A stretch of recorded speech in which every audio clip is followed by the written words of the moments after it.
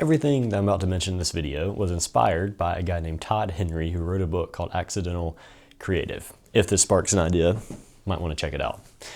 To start this video, I do want to give another disclaimer that I am a moderate note taker. I'm not a massive note taker. I don't just take notes all the time. I do take notes at times, and there's times where I don't take notes. So I would call myself a moderate note taker. So just take with that what you will as we dive in.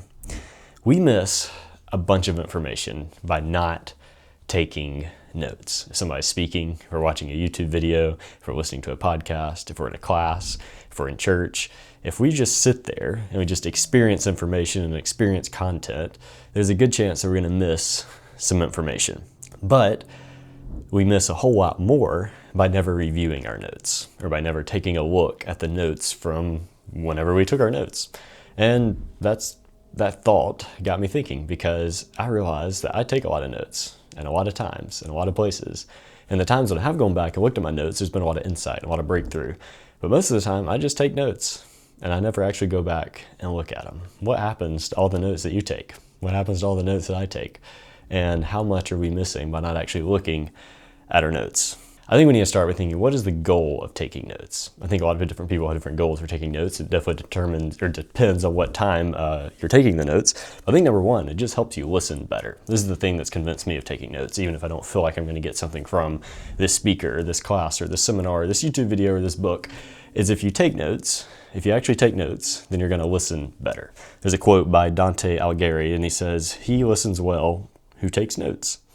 So, if you take notes, you're just going to listen better and you're going to get more out of it.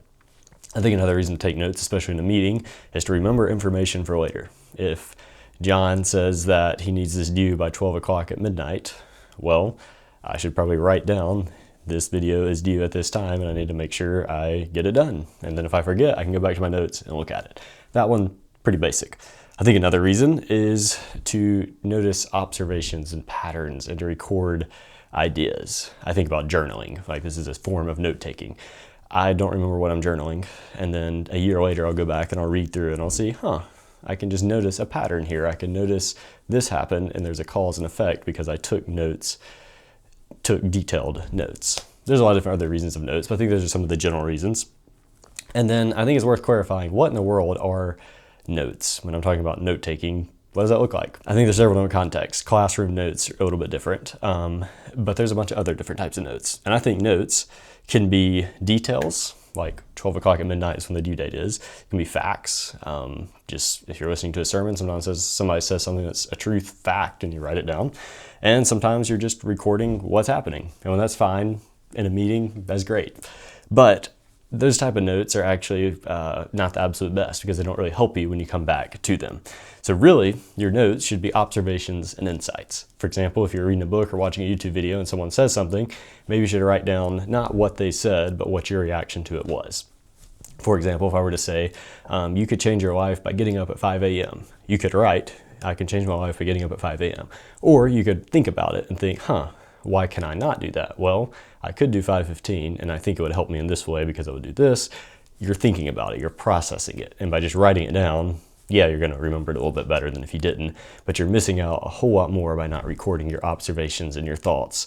I think one of the best examples of this is John Adams. There's this biography about him, and it said that when he read books, and you look at a book he read, there was more notes around the margin of the book than it seemed to be words on the page. He just wrote. He had a conversation with the book. For example, there was a writer who was saying that government should be simple. And his response in the margin was, well, a clock would be simple if you destroyed all the wheels, but then it wouldn't work.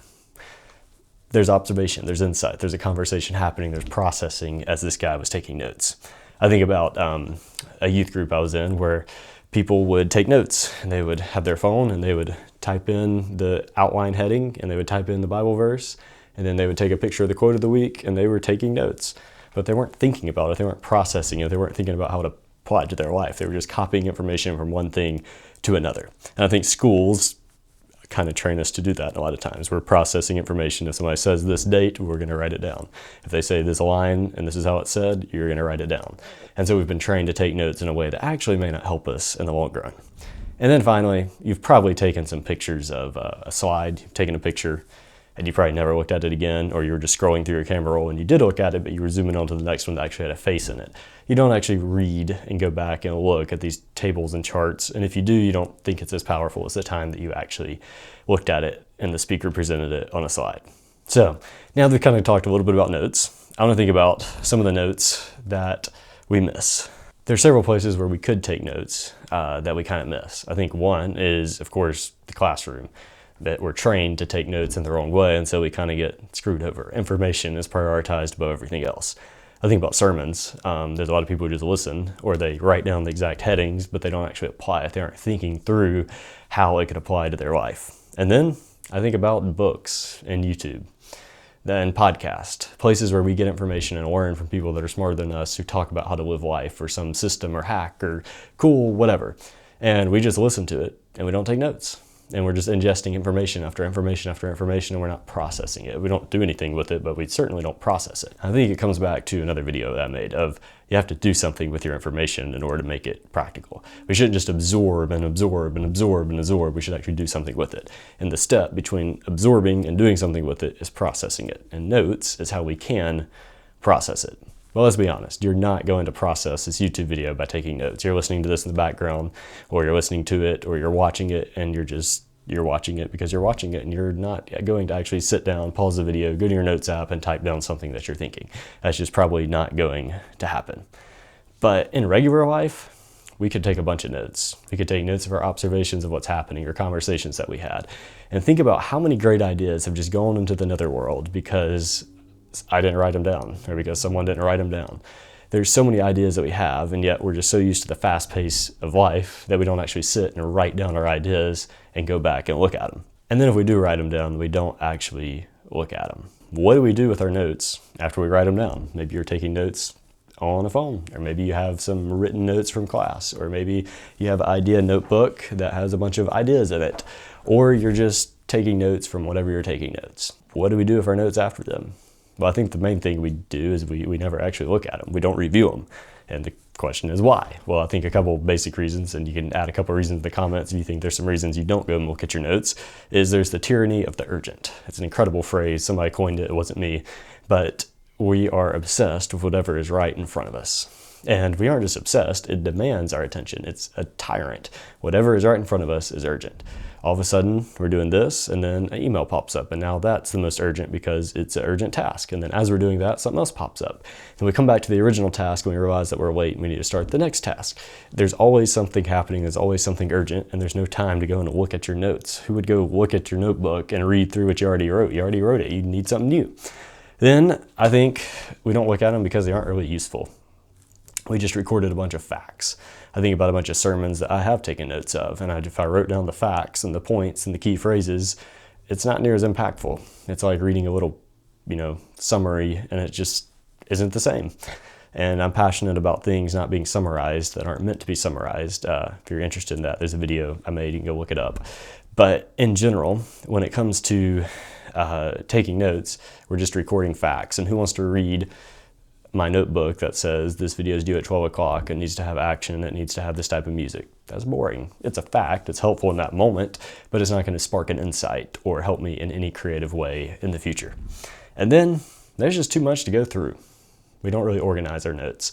If you take notes on a phone app, maybe it's not very organized, and there's just a lot to go through. I have this notebook, and I have notebooks from who knows how long ago, and I have random doodles, and then I have some sermon notes that are stacked up, and there's just a bunch of notes. And so there's too much to go through, and there's no time to actually do it. So there's a couple reasons why. But other than that, not really any good reason to not look at your notes. It's just something we just don't do. We just miss out on the benefit of our notes by not reflecting. It's a lot like, got my prop here somewhere.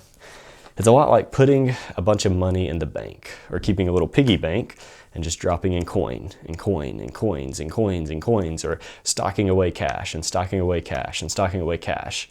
And yet we just never do anything with it. We're not saving our information. We're not saving our notes for retirement. We're just not doing anything with it. It's like working all year really, really hard in order to save up for a new car. You're going to buy it with cash, not even going to debt. And then you just don't do it. Except money, it does have a use for savings. It's not a perfect analogy, but it's a lot like you're just wasting money. You're saving up all this money and then never doing anything with it. And the thought of that, I don't like that. And I do think of the few times where I have actually looked at my notes. There was one training I did in 2022, and I'd written in a paper notebook, but there was like the schedule and the conference stuff all in that notebook, or in the little pamphlet they gave me. And so I was like, I'm going to transfer this so I can throw it away, and I'm going to transfer it into my notes app so I can look at it. And there were several nuggets in there. It was more seminar type information. It wasn't necessarily me giving my thoughts on it, but there were some really good nuggets in there that I still remember to this day. My definition of culture comes from those notes. The way I view certain ways of asking questions when people are challenging me on a subject, I go back to those notes because I remember them and I've actually reviewed them, and that has stuck with me in a way that a lot of other things I've listened to actually haven't. I also think of my sermon notes. If you've seen my room tour, you might have seen my sermon notes over in this corner, and I don't keep all of them, just the ones that are really impactful, but I'll tape it to the wall, and when I'm flossing or when I'm getting ready for bed or brushing my teeth or whatever, I'll just see them.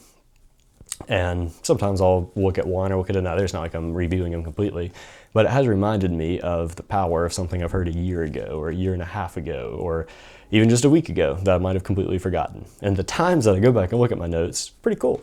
The times I've even gone back and looked at notes from a week ago, I'm like, wow, I totally forgot I had that idea or that brainstorm or that thing. And it's really neat how many of these I might have missed if I didn't go back and look at them. And yet I still don't do it enough. I even think about journaling. I mentioned this a little bit earlier, but when you go through patterns and you see different ways of doing it, it's interesting seeing the facts, because the facts can help interpret the feeling. And when you write a certain feeling, they can help interpret the fact. You could just write, I went and did this on Christmas Day 2025. But if you put the feeling behind it, if I was bored and so I did this and then had this insight, you're going to notice a pattern that's going to help you later on. So those are a bunch of my thoughts. I don't have anything revelational. Like I said, this is all inspired by another guy's book, but it was something that just made me think, why in the world do I not actually look at the notes that are right? So if you're not a note taker, I challenge you to start taking notes. If you are a note taker, just go and look at your notes. Who knows what you're going to learn?